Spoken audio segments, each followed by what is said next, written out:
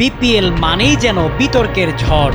নানা নেতিবাচক ঘটনায় এক একটি আসর ছাড়িয়ে যায় আরেকটিকে। বিপিএল ও বিতর্ক হাত ধরাধরি করে সর্বদা। এই বদনাম ঘোচাতে এবার সরব বিসিবি। টাইগার ক্রিকেটের অভিভাবক সংস্থা নতুন মডেলে করতে যাচ্ছে আগামী বিপিএল। দেশের একমাত্র ফ্র্যাঞ্চাইজি টি-20 আসরটির রূপরেখা জানা যাবে আগামী 6 আগস্ট বিসিবির পরিচালনা পর্ষদের সভা শেষে। এই সভায় ভিডিও কনফারেন্সের মাধ্যমে অংশ নেবেন বোর্ড সভাপতি আমিনুল ইসলাম বুলবুল। 5টি ইভেন্ট ম্যানেজমেন্ট প্রতিষ্ঠানের প্রেজেন্টেশন পর্যালোচনা শেষে আর্থিক মডেল যাচাই করে সেখান থেকে নির্বাচিত হবে আয়োজক প্রতিষ্ঠান। জানা গেছে, নির্বাচিত আয়োজক প্রতিষ্ঠান প্রথম 2 থেকে 3 মৌসুম টুর্নামেন্টের ইমেজ ফেরানোতে মনোযোগ দেবেন। পরের আসরগুলোতে সেটাকে লাভজনক ফ্র্যাঞ্চাইজি লিগের রূপ দিতে চায় গভর্নিং কাউন্সিল। স্যান্ডেলিনা সো, রূপচর্চায় আভিজাত্য।